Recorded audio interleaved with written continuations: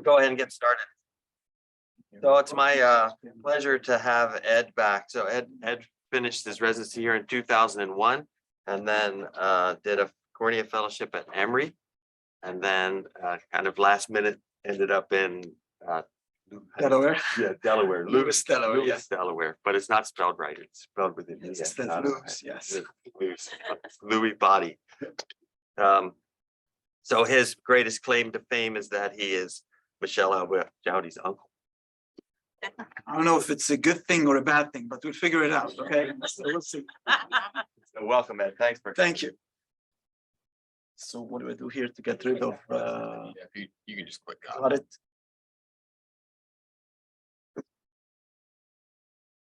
So Ed was only supposed to be one of at least two, but Barry Lee's son is having surgery, so he canceled last minute. So Actually, when I was planning to come here, I was discussing it with Seema and Michelle. And I told them, hey, what do you want me to talk about? So Michelle and Seema agreed that you guys have more qualified people to talk about cornea here because they're more into the educational system, like Awesome and Barry Lee.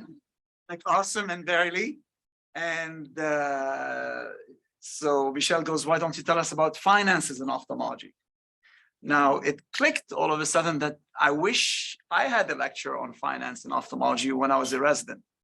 Because as you know, guys, in finances, it's compounding, and the main factor of compounding that you hear about, it's time, okay? So the sooner you start, the better you are. There's a difference when you start when you're in your 20s versus when you start when you're in your 50s and when you start when you're in your 60s. So the sooner you do it, the better, okay? So when I started thinking about what am I going to be talking about, usually I like to move, so you're going to see me here moving around if it moves. if you just click anywhere on the screen with the mouse. Here? Just with the mouse. That should now you should. All right. So I thought, what am I going to talk about? And then they told me, oh, you need to have learning objectives. So I figured I can talk about how to start a practice in ophthalmology, how to run a successful practice in ophthalmology, how to start or join a surgery center, and then how to become financially independent in ophthalmology. Then I talked to Seema. I was like, I didn't know what I was getting into, by the way. So I talked to Seema. I was like, hey, how many hours do I have to talk? Because I mean, obviously this topic is huge. She said, hours? You have 20 minutes. I'm like, okay. So I started kind of like crossing off stuff. So I figured we're not going to talk about how to start a practice or how to run a practice. I'll be here afterwards. If you guys, anybody who's interested to go into private practice, I'll be more than happy to discuss all the intricate details that gets into it. So I figured since finances and surgery centers go hand in hand, so we're going to talk more about these two topics, okay? So the main take-home message that I have for you, if I succeed today at implanting a bug into your brain today, if I can succeed doing this, about how to invest and create passive income and how to save on taxes, I would have succeeded, okay? So I'm gonna keep reminding you of that, about that passive income which is investing and save on taxes, all right? So some of my, why taxes are important, why you're gonna hear me talk about taxes and taxes are important. Imagine if you have a race, a 5K race, and you have two great runners, okay? And you have one runner starting basically at the start line, another runner starting at the 2 kilometer start line. Who do you think is going to have the better advantage at winning or at getting to the final line? Obviously, the guy who started at the 2K, right? Same thing in finances. Imagine if you have an income of 100K and somebody is taxed at 40% and somebody is taxed at 20%. Who do you think is going to have the better advantage at reaching financial, independence? So this is why taxes are important, okay? So I know like you hear about it, and when I was in residency, I never paid attention to it. And that's why like now, if I can wake you up to that, I have no financial interest in the subject matter. And all this information in this lecture is not mine, okay? So I picked it up from different books, from different lectures and personal experiences, okay? So you can use it anywhere you want. A little bit about my background. We talked to you yesterday a little bit. I'm going to introduce you to myself. So I graduated from the American University of Beirut in '94. I hear here there's another graduate, so I want to welcome her. This is very exciting, by the way. From AUB, I moved directly to Baltimore, where I did a research fellowship at Hopkins in neurosciences. Then I came to Kentucky, to UK, where I did my first year in general surgery. And that's when I get my spot in ophthalmology for the following year. So I had to burn a year. I went to Boston University. I did my PGY2 in general surgery. Then moved back to Kentucky, where I did my residency in ophthalmology, and I served as a chief resident for 1 year, and then moved to Emory, where I did my cornea fellowship. And from Emory, I moved to Delaware, and I've been in Delaware since 2002. It was when I was preparing this lecture, it was a wake up like moment, like, oh my God, I've been here for 20 years, okay? So I am older, okay? So Delaware is very well known for a lot of activities. If you guys like beaches, we have beautiful beaches. If you guys like hunting, we're very well known for fowl hunting and deer hunting. I'm not sure if you are animal lovers here, but still I'm more into like sporting clays. So I like to bust clays. And then we're known for fishing. They have major tournament in tuna fishing. Actually, this year in Ocean City, they gave prizes up to 1.3 million, something like that, for the winner of deep sea fishing. And we are very well known for fishing in style. Anybody knows what that is? Fishing in style when you fish with your Gucci purse, okay? And yes, you can pick up some big fish, okay? This is on our pond, actually, so. So, if you want job security, you need to study and get a great job. So obviously, all of us here, at least who made it to this room, have studied hard, have worked hard, and all of us have a great future in our jobs. We have great job security. Why? There's major need for ophthalmology.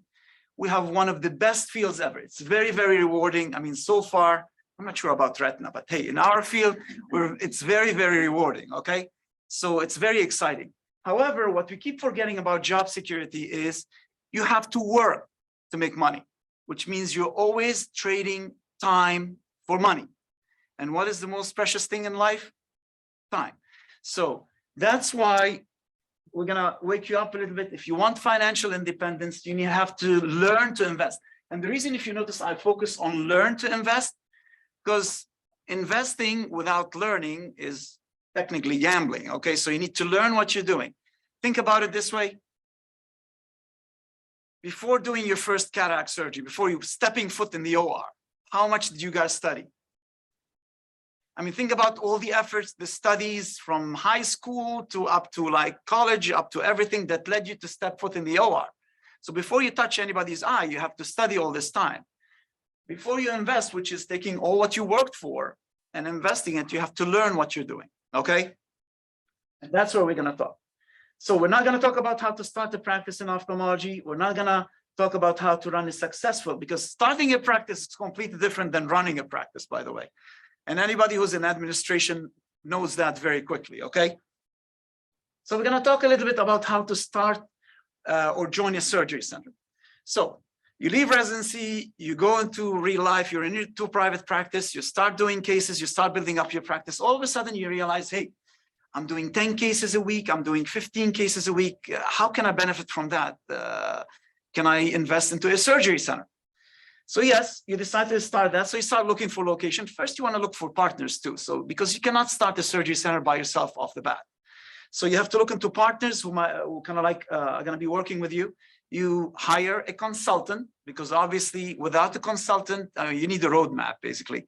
So consultants are worth every single penny you pay them, okay?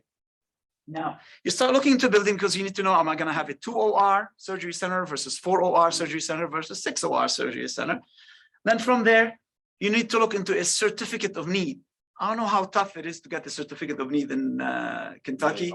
It is the hardest thing to do before you get a surgery center. It's more precious than gold. I mean, like, why? Because you have the hospitals who are going to fight you because they do not want to have a surgery center in their backyard. And it's technically very, very, very hard. Then you look into a team who's going to run the surgery center. Because the whole idea of having a surgery center is you do not want to have your nose in it every day. You want to have somebody running it. It's a more like you want to supervise what's happening. And at the same time, you want the team to run the place and you not being involved in it every day. Because remember, we talked about passive. So you do not want to be putting your nose into it. passive investment. Then you need to look at the caseload. So when you team up with another surgeon, our consultant told us, oh, if you have 150 to 200 cases a month, you're gonna make money. We did not start making money until we hit 300. I can assure you of that. So you need to take everything that the consultant tell you with a grain of salt, okay? But at least they give you a roadmap on that. Then you need to look at the mix of cases. Why is it important to look at the mix of cases? In ophthalmology, for me, like I look at cataracts cases, whereas like with other surgeons, they look oculoplastics, we look at different cases. The problem with cataract surgery is the overhead is high, so the case expense is high. If Medicare pays you, for example, pays the surgery center, for example, $1,200 for the case, and your overhead runs around $700, $800, so the net income from the case is narrow, okay? And you can bust that rate very quickly. Like if we'll talk later on about like how to have a savvy surgeons. If you have a surgeon, we have surgeons that we call them queens or princesses in the OR. Why? They need the latest and greatest in technology or disposable stuff that you can use in the OR. They need like literally like everything that's out there. Remember, everything comes with a cost. And in an outpatient surgery center, if you have a limited income and you bust up your cost, then you're losing money per case. And the administrator is going to come to you, hey, what are you doing? That's why usually we send these cases to the hospital. Why? Because the hospital gets paid at a different rate than we get paid at the surgery center. Like the hospital gets almost like twice or sometimes 3 times the amount we get paid at the surgery center. So the mix of cases also are important. Like I teamed up with orthopedic surgeons. Orthopedic surgeons gets paid much, much better than we do, especially with joint surgery and stuff like that. So the people who are with you in the team is who makes the whole team work. Okay, remember it's a team, it's a teamwork. So then again, you need to have business savvy docs. Again, if your doctors, as we said, are like princesses or queens, like you can't work with them, they'll make your facility lose money. In orthopedics, we had a guy. I mean, in orthopedics they have solid screws and cannulated screws. The solid screws are like $150. The cannulated screws are like $1,300 as a screw. So if you have a case and you put 3 cannulated screws, that's it. You busted like the budget for 3 other cases in a way. So business savvy. So you need to learn what you're doing. I know now when you're a resident, you don't think about this stuff. So, but you need to start learning about this stuff while you're here because it gives you a head start when you go out there. Then you have the AAAHC accreditation. This is the accreditation that they give you every 3 years. They want to make sure your surgery center is in tip-top shape, which is always a pain. And lately we've been struggling with anesthesia groups. See, lately there's a major shortage in anesthesia group. I think the last that I heard is like 17,000 positions of anesthesia are available out there. So if you have a surgery center and you build everything and you don't have an anesthesia group, you're not going anywhere. So every single item matters when you're trying to think this way. Well, the other option would be to join a surgery center. Well, joining a surgery center, hey, you can buy into a surgery center. The nice part, all the legwork has been done for you. So you don't have to think about the certificate of need and all this stuff. However, now when you're joining or you're buying into, you're not an inside investor, okay? You're buying into a surgery center. So the inside investors usually have a little bit more advantage in the board, the different decision-making and stuff like that. And this place would have met all the requirements. Usually you buy at 3 EBITDA. Anybody here familiar with the term EBITDA? The residents? Okay, EBITDA is basically earning before interest, taxes, depreciation, and amortization. Technically it is, what did the share, how much did the share make money at the end of the year? So if the surgery center have 100 shares and the surgery center made $100,000, that's how they calculate EBITDA. Usually when you buy at EBITDA, a fair number, usually it's as 3 EBITDA, 3 earnings, which is a great number. If you're an investor and you're buying at 3 EBITDA, means like if I put 100,000 into buying in, I'm going to make 33,000 at the end of the year, which means in 3 years, I'm going to bring back my money that I spend on my investment, which is an awesome investment. Okay. You give me an investment like that, I'll dump all my money into it. We talked yesterday about it, right? Because now private equities try to buy you and they want to give you this big, huge amount of money. And like, what am I going to do with it? You invested, you put it in the bank, they pay you. How much do they pay you interest in the bank? Do you know? Anybody knows? Come on, guys, you don't have bank accounts? Now it's 2%. For the longest period, it was 0.15%. 0.15. I mean, literally, like, they're laughing at you. Now with the 2 hikes that we have in interest rate, that's when it reached like 2%, which is insane. I heard you can do better in Lebanon. Much better. In Lebanon, we had the major Ponzi schemes where like literally they kept encouraging you to put money in the bank, encouraging you to put money in the bank, and then they took all the money off. Now you can't get your money out of the bank, which is horrible. So basically, if you can make 33% return, so basically it's a great investment. That's why we're talking about investment. That's why I'm talking about surgery center. You need to always look at the mix of the cases and the surgeons. Again, we go back. So if you're buying in, you still have to go look on who's operating in the surgery center. What are they doing? What kind of case mixes are they really? So you need to learn how to look who's working with you. And another item when you're buying into surgery center, if a surgery center is co-owned by a hospital, you need to be very careful. You need to study very well. What is the hospital bringing to the table? See, in the old days, if the surgery center was, if 51% of the surgery center was owned by the hospital, Medicare used to pay you based on a hospital rate. Remember we talked about the hospital, they can afford more stuff because they get paid 2 to 3 times the amount we get paid. So at that time, having a hospital on board was great because now if they own 51% and they're bringing 300% of the amount that I would bring, it makes perfect sense. The problem lately, no, Medicare is aware of that. They cut down big time on the payments of surgery centers that are owned by the hospital. Like in our area, we have 2 surgery centers that were owned by hospitals, like partially owned by hospital and partially owned by doctors. After 2 years, like the hospital took over because they were not making money. Because imagine you have a partner who's taking 50% of your net or your net income, and they're not bringing anything to the table of cases. Because remember, this is a business. You have to bring cases to make money. The hospital is not bringing cases. The surgeons are bringing cases. Fair? So if a surgery center is owned by, co-owned by a hospital, you need to be aware of that. So how to become financially independent in ophthalmology. Now that we talked about the surgery center, remember the points, the 2 points that I'm going to keep drilling into your brain is how to invest and how to save on taxes. I hope you remember this picture because I'm a big fan of Matrix, by the way. So I'm going to talk a little bit. Anybody here read Rich Dad, Poor Dad? Robert Kiyosaki. Yeah. Strongly encourage you to read about it. It gives you a different perspective. He has a whole series of books, basically, and he talks about investing and stuff like that. What I like about one of his books, he talks about cash flow quadrants. So basically, he's talking about where do people get their cash flow or get their income from? And he divides these into 4 quadrants. We have the employee, we have the self-employed, we have the business owner, and we have the investor. Now, business owners, meaning here, the large business owners, the people who have 500 employees and more, like big institutions. So why are we going to talk about these, by the way? Because we're going to talk about how the income is coming and how much taxes you're paying for. Remember, the head start with the taxes.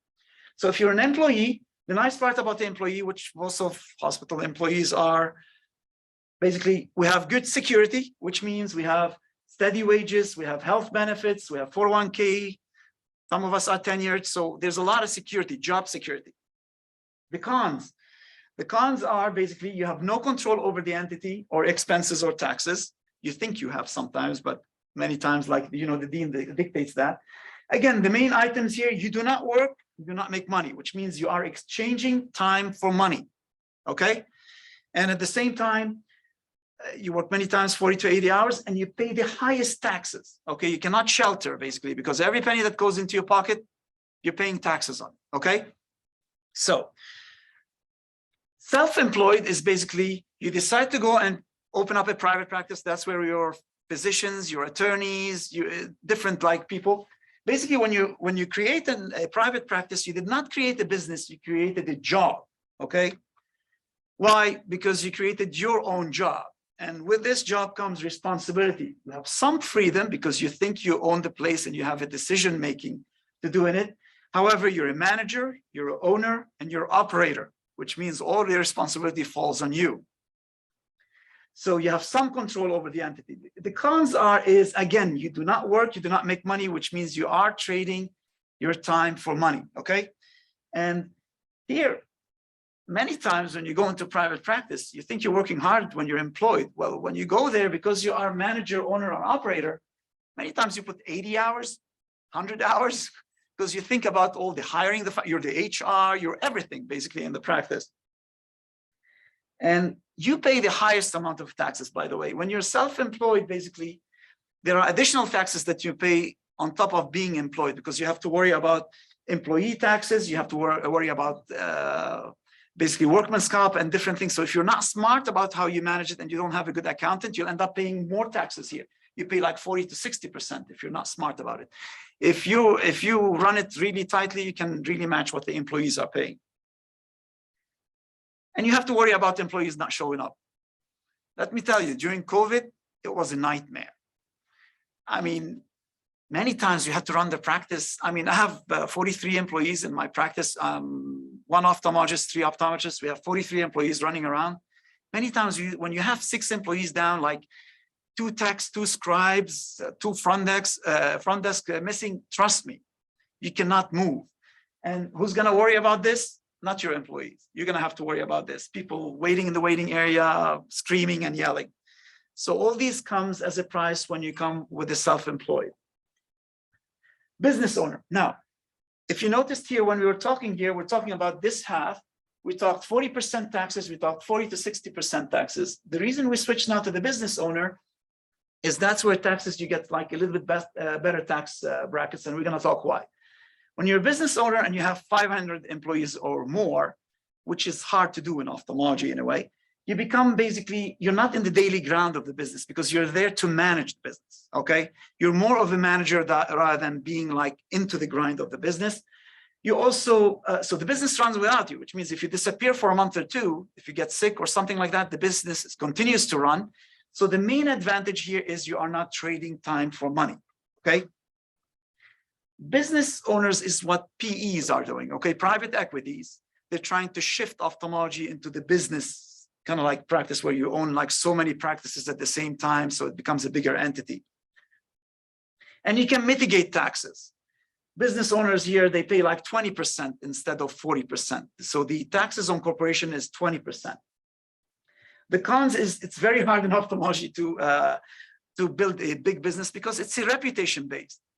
We were talking yesterday, it's like herding cats. When you buy ophthalmologists and put them in a big group, it's literally like herding cats.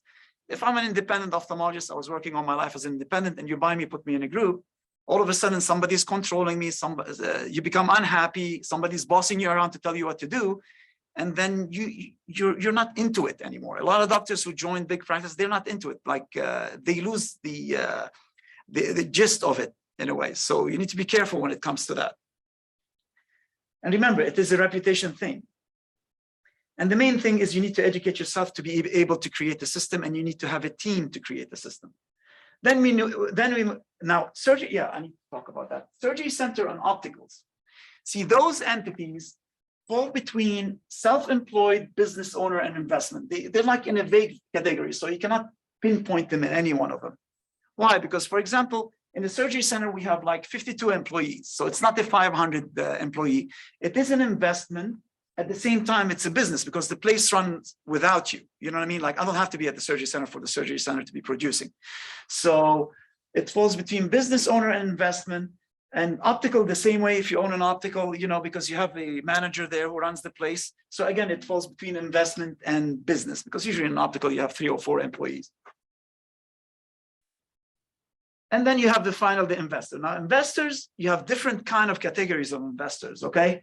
What Kiyosaki talks about are the big investors. That's where the famous sentence came, is your money works for you, okay?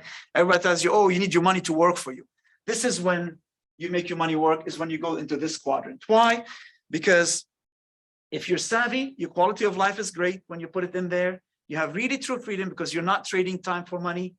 And this is what you call true financial independence. And the main thing is when you mitigate, you notice now we put mitigating taxes in the pros rather than in the cons, because literally that's where people pay 0 to many times no taxes, basically 0 between 0 and 20.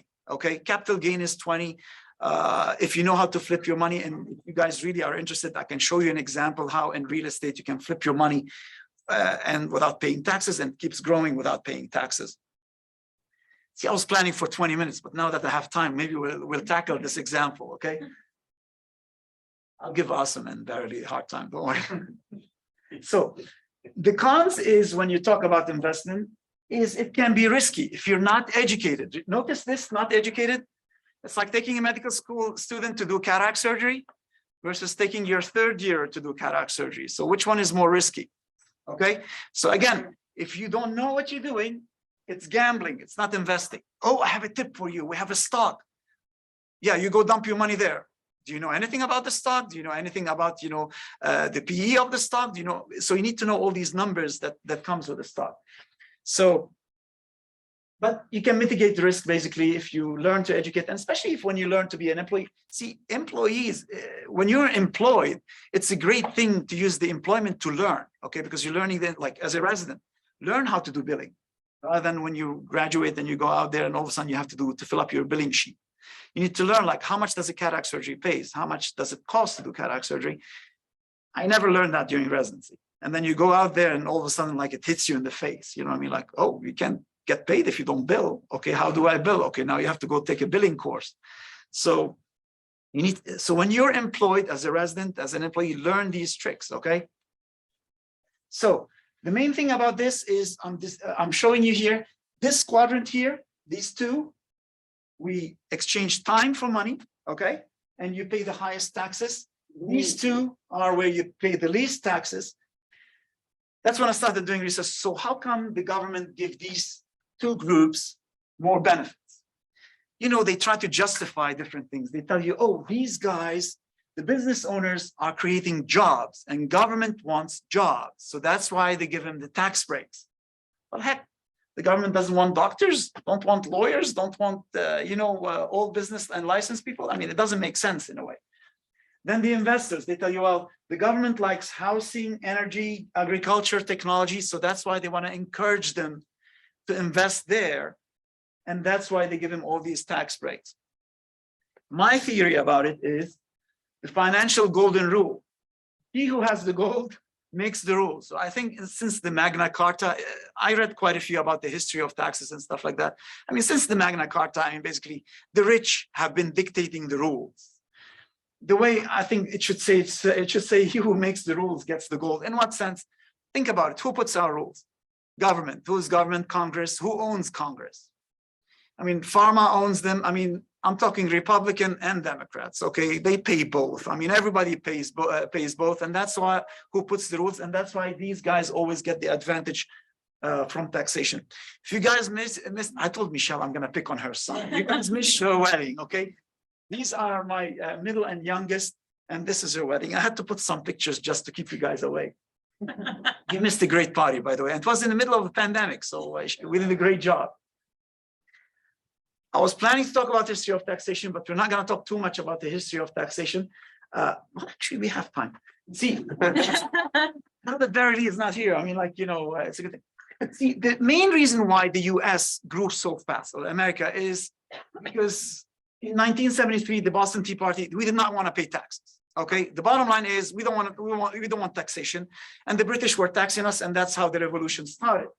Now, between 1800 and 1900, America grew very rapidly because, hey, everybody was dumping their investment in here. Then, believe it or not, before 1913, no taxes were paid. In 1913, the 16th Amendment was introduced, and they allowed to tax the rich, not everybody. Okay. So before 1913, nobody was taxed except if they're going to war, yeah, we'll put some taxes and people will chip in some money. Then in 1943, that's when they started taxing everybody, the employees and everybody. So before 1913, no taxes.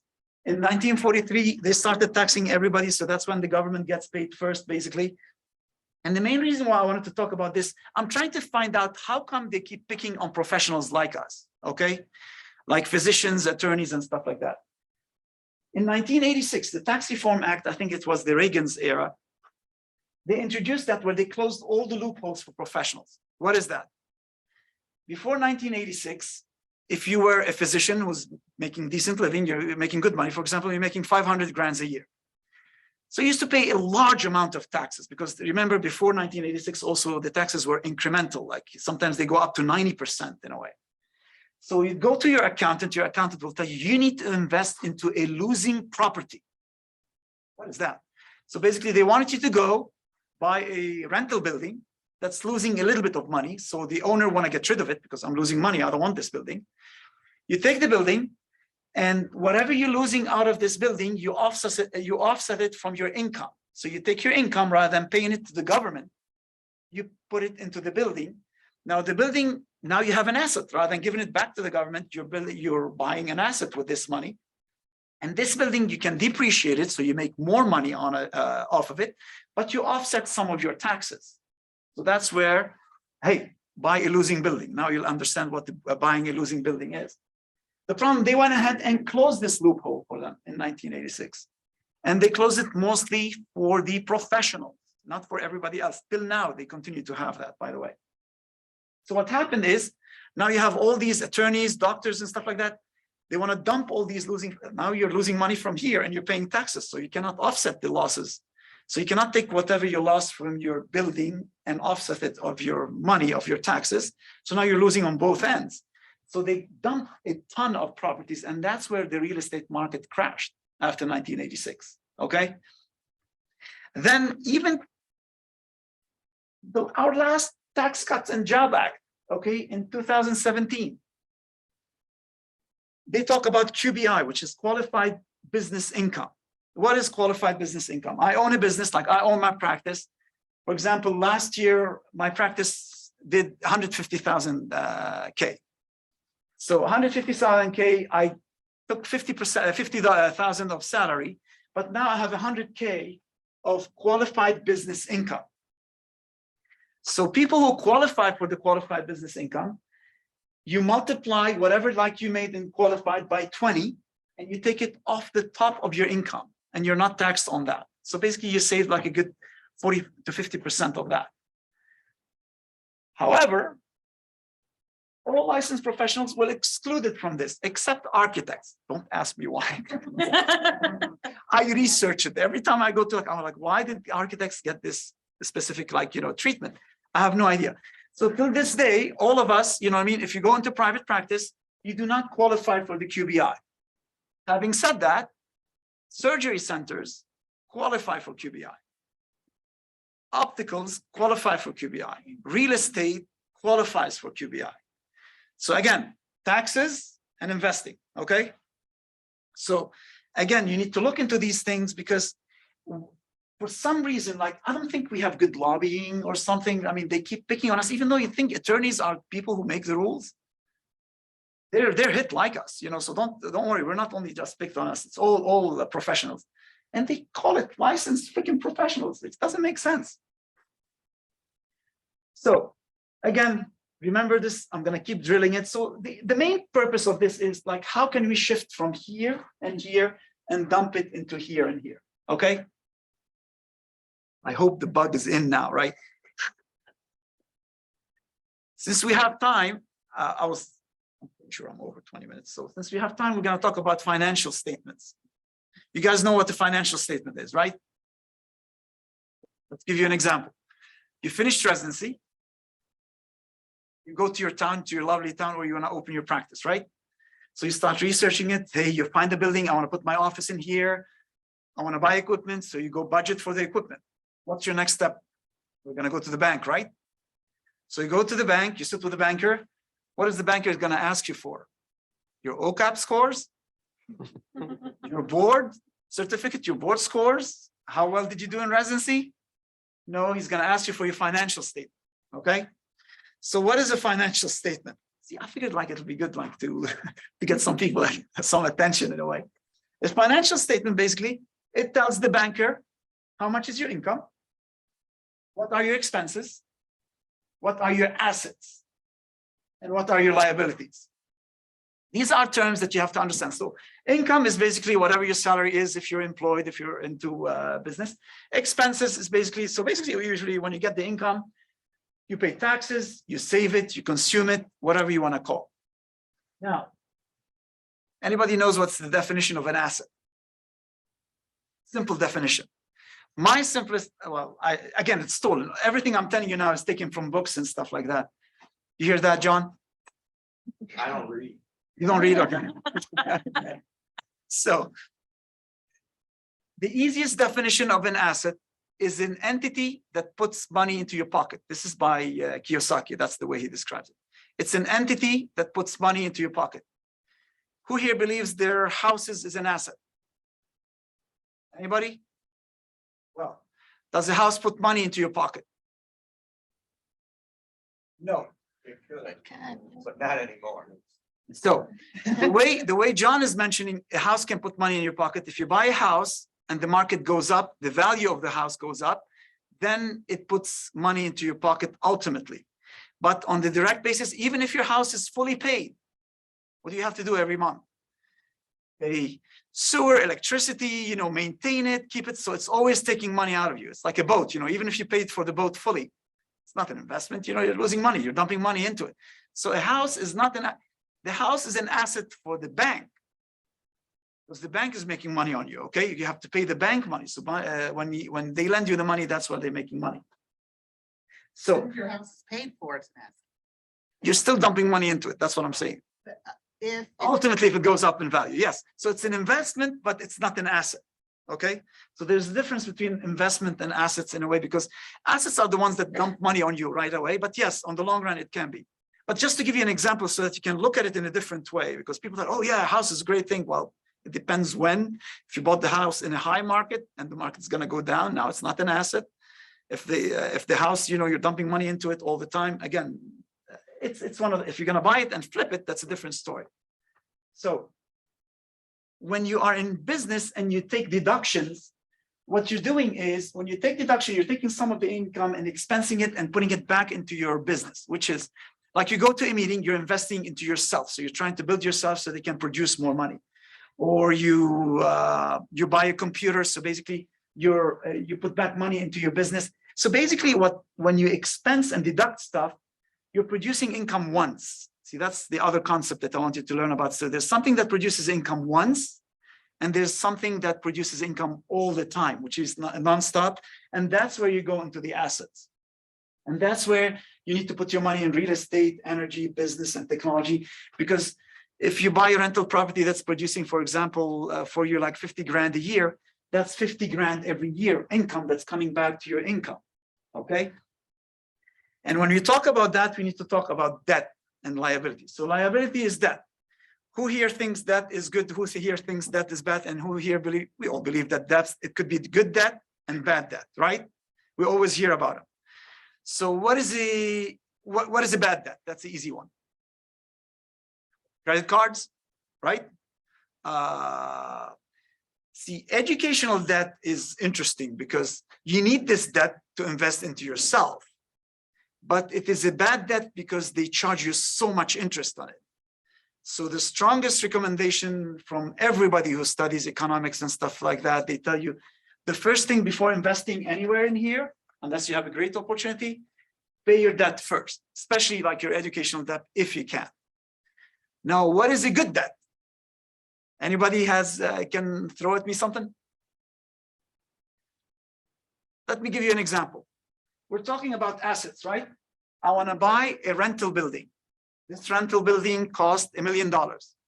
I know I'm going to have a net income. Net income means after I pay my loan, after I pay my interest on the loan, after I pay my expenses on the building, the insurance and stuff like that, this building is going to give me $50,000 a year. So now I'm going to go to the bank. I'm going to take a debt and put it in the building. And the building is going to give me a cash flow of $50,000 a year. That is good debt. Now, a lot of us are scared of that, right? I'm the first one. Anybody's not scared of that? The nice part of the economic discussion is that you're scared of that if you do not trust your entity that you're buying into, your asset, which means if I don't trust that this building is going to produce me 50,000, yes, I'm going to be scared of that. The example that they give you, if they tell you, hey, if you guys know Bitcoins now are 50,000 a stock, and you know for sure 100% that next year it's going to be like 200,000 for sure. what would you do? You'll go like borrow money to dump it into it, right? 100%, right? So when you're sure of your asset, you're not scared of the debt, okay? And this is a main point, okay? Again, I'm putting buzzwords into your brain. This way you can go read. I can't give you everything in 20 minutes, okay? So again, these are my three musketeers, okay? They're all swimmers, by the way. And thank you very much. I want to thank Michelle and Seema, basically. Oh, yeah, hold on. See, my middle one, I gave a lecture in the school for my middle one about like how the eye works and stuff like that. And I gave him a joke, and she insisted that I tell you this joke. She really insisted when I was prepping this. What do you call the resident studying to become an ophthalmologist? Come on, a pupil. Again, thank you, Michelle, for insisting, and thank you, Seema. I have to give Seema credit too. She kept on me until I came here. Questions?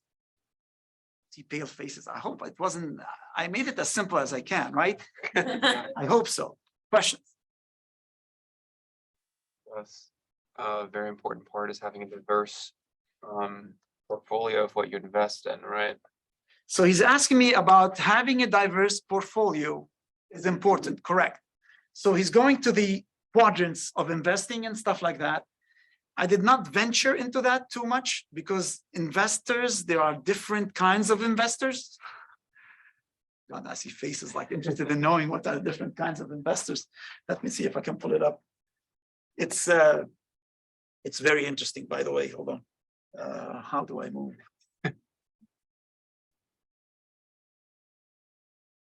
See, the problem is like we can talk about 401ks, we can talk about, I prepped the lecture for 1 hour again, by the way, you know, until Seema told me 20 minutes. So that's when so the levels of investors, see, there are different levels of investors. They categorize them into 5. You know, when we talked about the quadrant of investing. So first you have the people who don't have money, zero financial intelligence, which means these people can make a lot of money. I mean, you're talking doctors, lawyers, stuff like that. They make like $200,000, $300,000, $400,000 a year. But it's just like, sadly, it's 50% of the population. They have zero money to invest. Why? Because they're always paying, you know, debt. They're paying their credit cards. They buy cars they can't afford. So basically, this is living beyond your mean, okay? And anything they buy loses money. So they're not buying any assets, okay? The level 2 investors are the savers of the losers. See, all my life, my dad used to tell me, save money, right? You put your money in the bank. Obviously, we talked about the interest rate being 0.12 or 2%. How much is inflation rate? So you have your $100 in the bank, it's paying you 0.12 to 2%, and inflation is like now 8, 9. In the past, it used to be 3, 4. So technically, your money is losing money, right? So that's why we call it losers. For example, in 1970, when they removed again, I talk about history of taxation because it's important to learn this stuff and how things change. When Nixon took the dollar off the gold, that's when they started printing money. And when they're printing money, you're losing value. 30 trillion, 31 trillion, it hit yesterday, right? Our debt. All what they're doing is like, boom, printing money. So your money in the bank is losing value.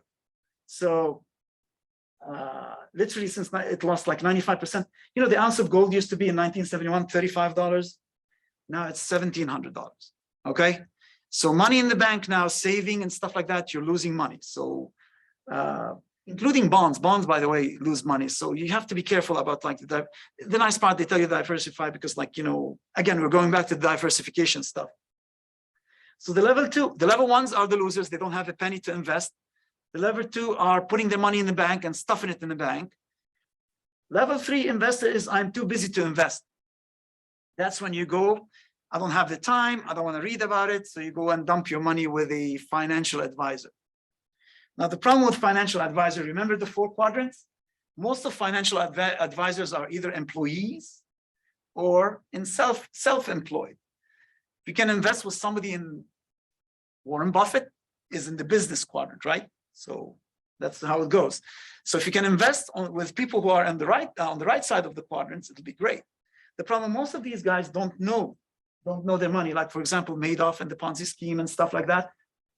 So the problem is also with investing this way, you don't learn from a mistake. Like your portfolio goes down, you don't have no clue why this happened. Your portfolio goes up, you have no clue why this happened.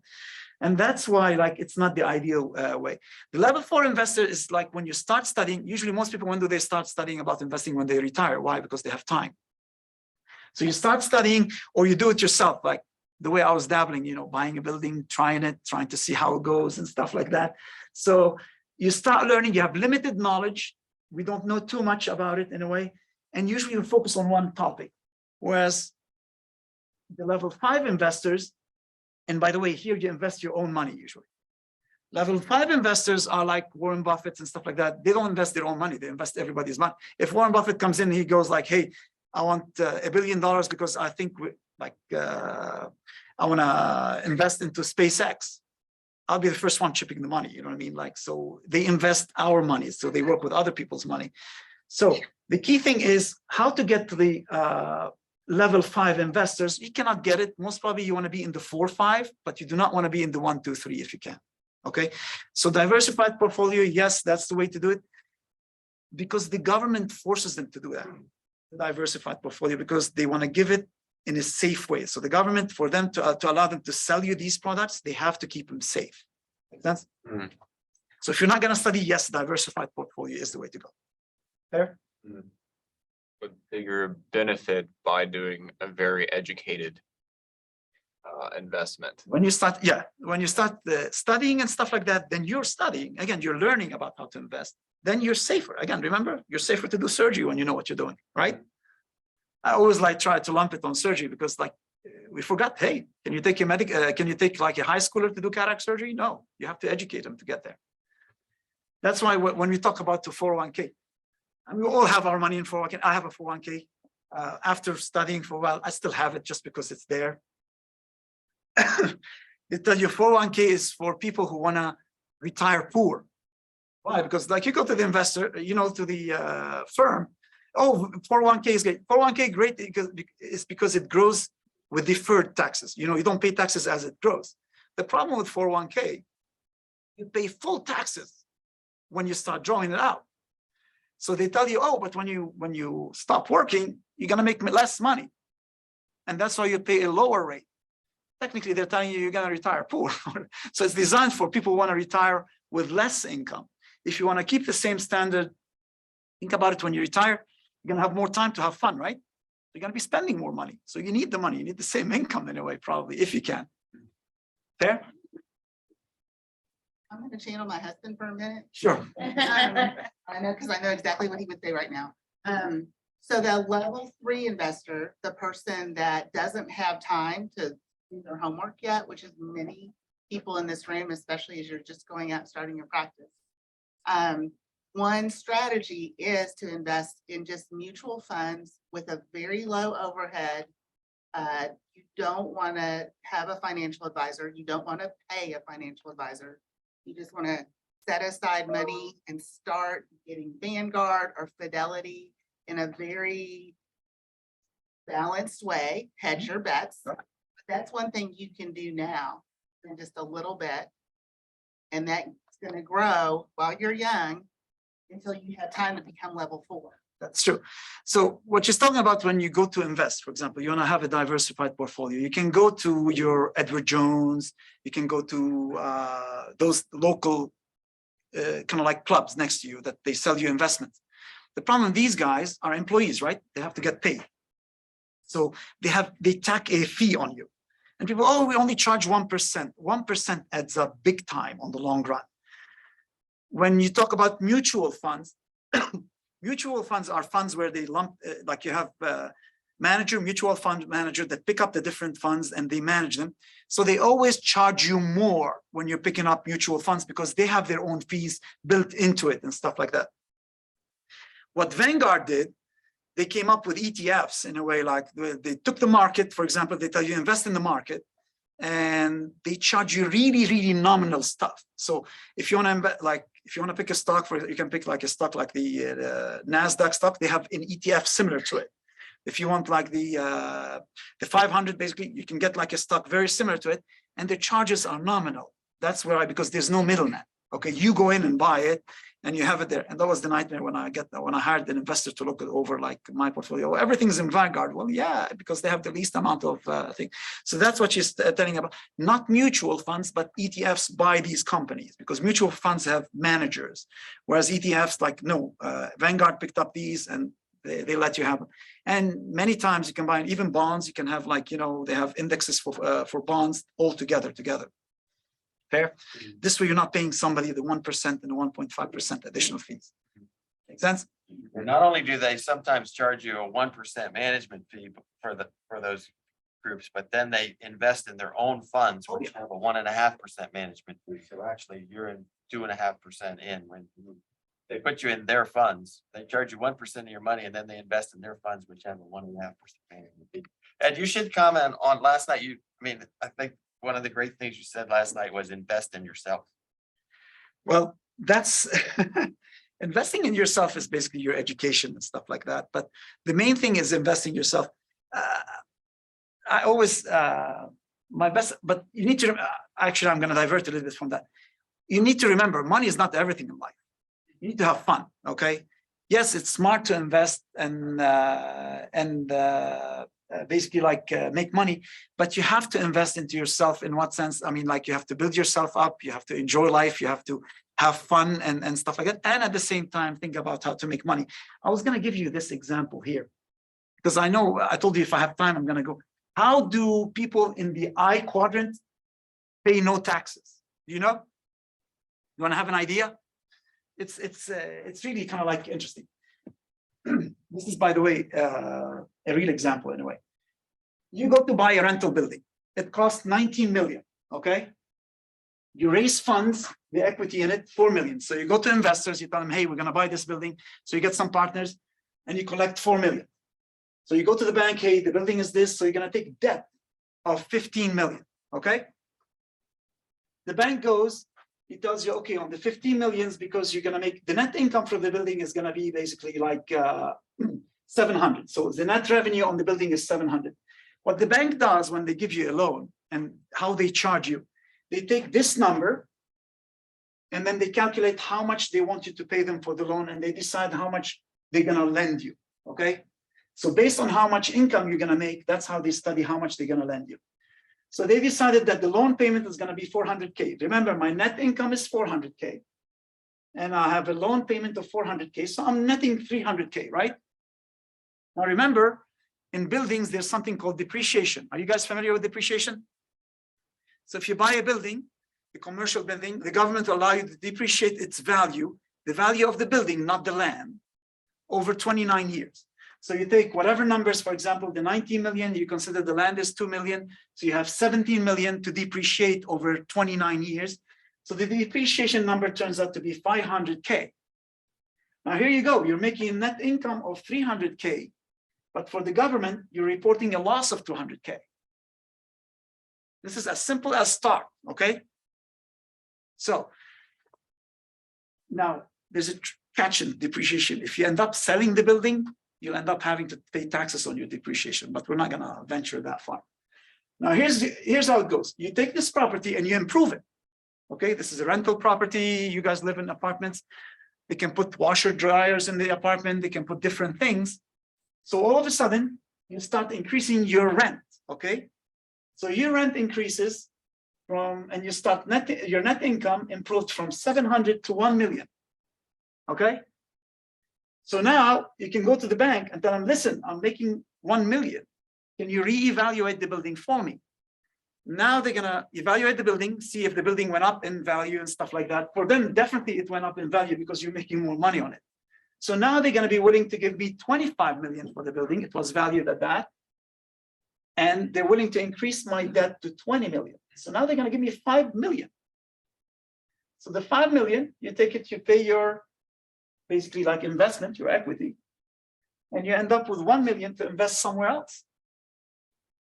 Now, this 5 million that the bank gave you, even it's a loan, you don't pay taxes on it.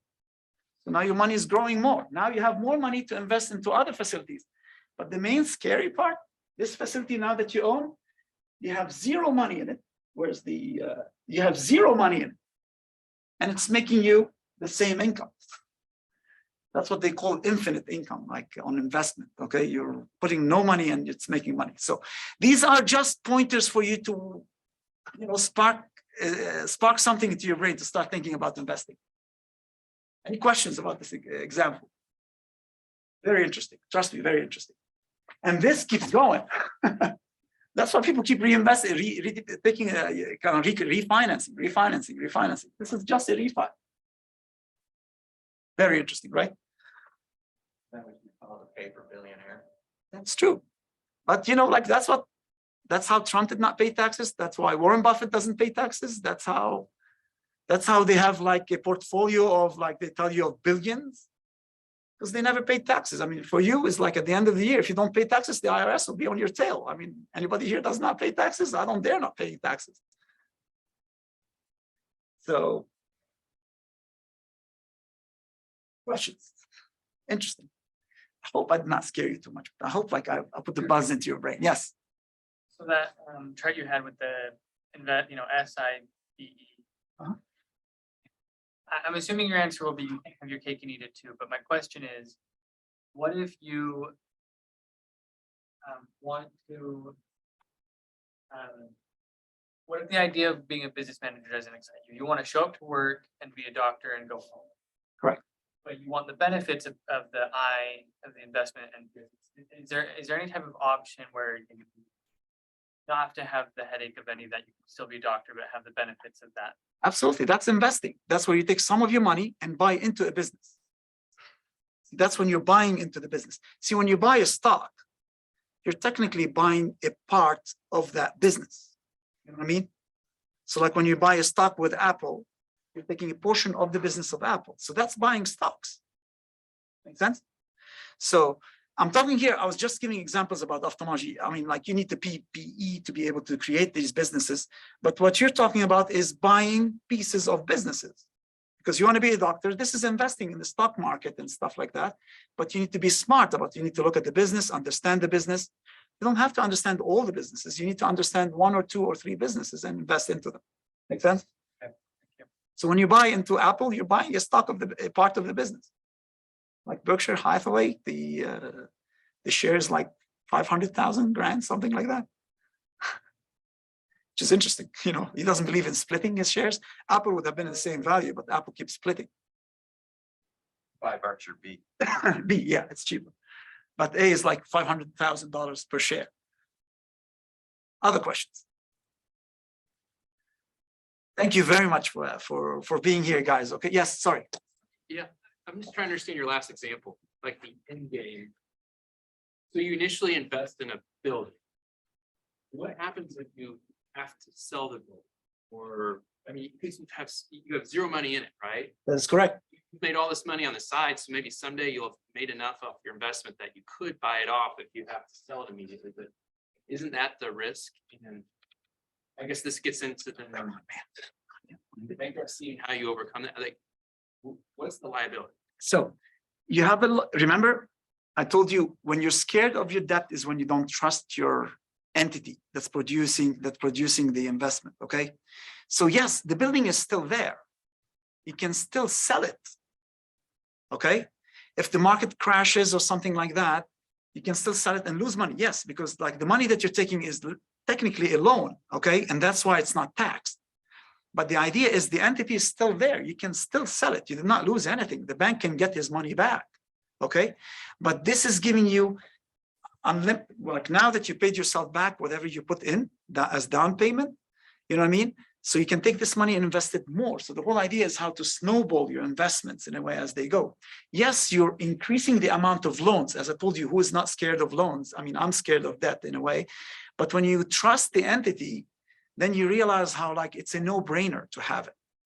Because even if the market goes down and you're still renting the property, you're still in good shape. If the market goes up, you can't go but in good shape. Even when you sell it, you're not going to make 25 million because you don't own the building. The bank owns the building. Okay. But you're not going to lose money there. Make sense? The only time you're going to lose if you're going to sell it when the market is down for the real estate. Make sense? So yes, there are risks, but there are educated risks. So what if you go to do cataract surgery and you drop the nucleus? Or what if you go to do cataract surgery and you develop endophthalmitis. That's when you start thinking, okay, what's the risk of endophthalmitis? Yeah, it's 1 in 10,000. Am I willing to take that risk? Make sense? Right, and you just have to hope that you sell at a profit or net neutral. That is correct. Most of the time, if you look historically, the real estate market, remember, because of inflation, everything keeps going up, technically. I mean, yes, they go down, but then they go back up. So you need to study the market like over time, over the 30 years where they kept records and stuff like that. So, I mean, I agree with you. It's still debt. I mean, it's not money you're not taxed on because it's not income. It's still a loan. But still, when you're taking this loan and investing it somewhere else, again, you're snowballing your investment. I'm telling you, I'm giving you an example about how they do it. The real estate market in Lexington's almost exactly mirrored inflation, 3% per year. The other thing that high rollers do is they actually become their own banks. And they loan themselves money from other entities at a lower rate. So they can. That's called the insurance business, by the way. They have the insurance, they pay themselves, and then they take loans from the insurance. But the idea is to give you an idea how money works in the background, okay? Because when you're a resident, you never think about this stuff. Anybody thought about these before? I wish somebody told me that like when I was a resident. That's why I'm mentioning that. So I guess ideally the best setup would be to invest in such a way that you pay the bank as opposed to the government. You're acquiring safe debt. That stuff is not taxed at the same rate as other money would be. So you're paying down your safe debt. Repeat the question from the beginning. You want to pay the bank instead of the government. You want to pay the bank instead of the government. The idea is you want to pay your debt. You want to pay yourself. That's investing into yourself. So you want to pay yourself first. So if you owe the bank, you want to try to finish that. Yeah, so my money's going to the bank instead of into taxes. Yeah, because the bank gave you the money somehow, somewhere. Exactly. So you're paying it back. Yeah. And by the way, all of this legal. I'm not saying anything about, doing something illegal or something like that. You know what I mean? The idea is we need to see it in a way. Government is going to get their money. Don't worry. The government is getting their money. It's just like, it's how to allocate your finances and how to prioritize. For example, yes, I have a loan for my education, right? 100,000. Yeah. And then a property comes up on a market that's a rental. Yeah. Rental is going to give me 15 grand a year. Yeah. Should I invest into the rental versus should I invest into paying back my loan? So you do the math. Yeah. If this 15,000 is better than paying your loan, if dumping the money in the house is better than paying your loan, yes, you dump it in here, but then you take the money that you made from the investment and pay back your loan. Yeah. But I can assure you, loans are a ripoff. You need to pay them as quick as you can. So the whole idea, the faster you can pay them, the better. I guess like the general idea would be like, let's say I go out and acquire a piece of real estate, I want to rent it. I want to make sure that, whatever I'm charging my renter is going to offset the amount I have to pay the bank. Otherwise you don't buy it. Otherwise it's a loser. If it does not have positive cash flow, you don't even come close to it. Exactly. That's the whole idea. Unless it was before 1948. Yeah, I mean, before 1987, we used to offset it from your income. So Then the government's paying for it. So I have this property, but the person who's renting from me is actually paying, Less than the rent. they're actually paying back what I owe the bank. That's perfect. Yeah. If you can make a little bit more, just because you have to create a safety net, something's going to crash in the house, something's going to happen. So you have to always offset these into a rental. Yeah. Okay. But theoretically, you could keep that. Yeah, he's paying you long. Yes, perfect. That's a great thing if you can have it, if you have it set up this way. There's also the emotional cost of debt. So you might be, even if you might make a little more there, but you have the debt over there, you might be better to pay off the debt and be emotionally free. He's raising a great point. Emotions are your worst enemy, by the way, when it comes to investing. I'm not sure if it was a study or not, but I read it. Again, I'm picking up my information from everywhere in a way. They claim that emotional powers are 25 times more powerful than your rational powers. That's where they talk about phobia. What's a phobia?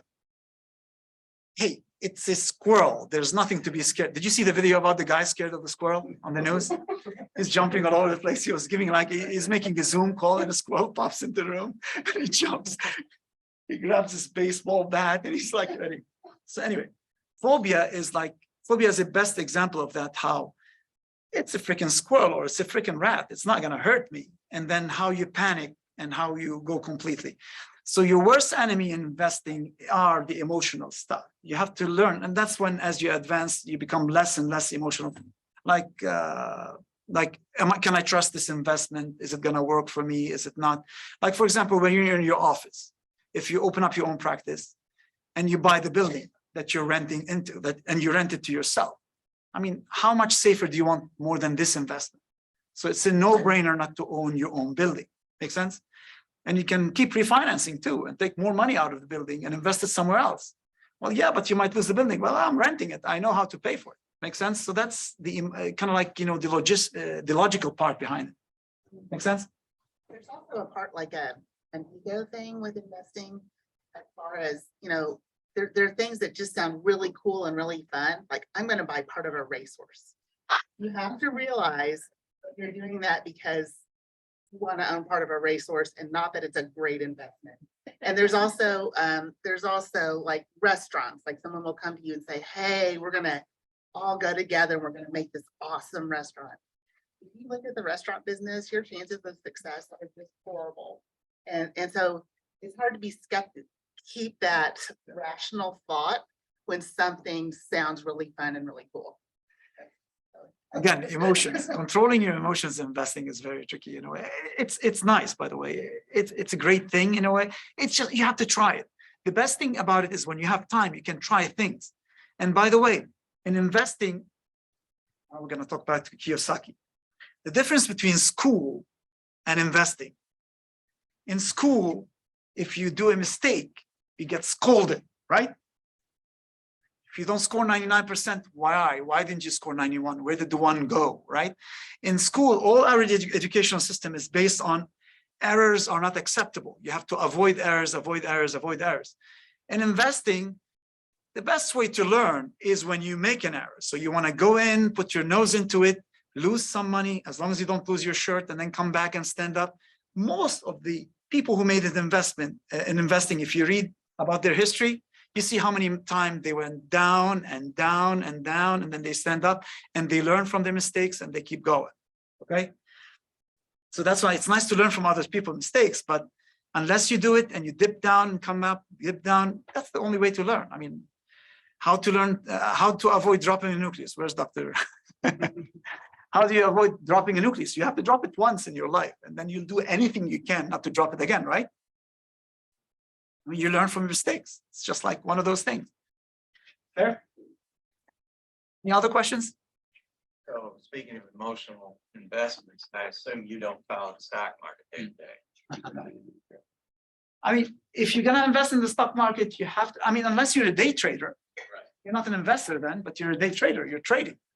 I don't even look. I mean, I just actually on the contrary, you look for the stock market to go down to buy more. See, again, that's what you do when you're investing, because I'm looking for the long run. I'm not doing it for today.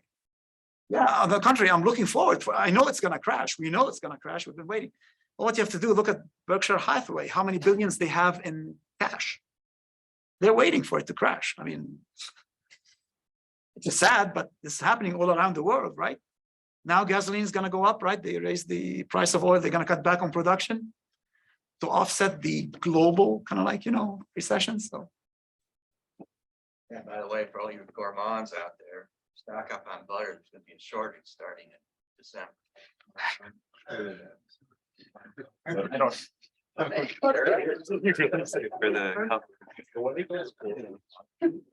So again, thank you very much. Thanks, Ed.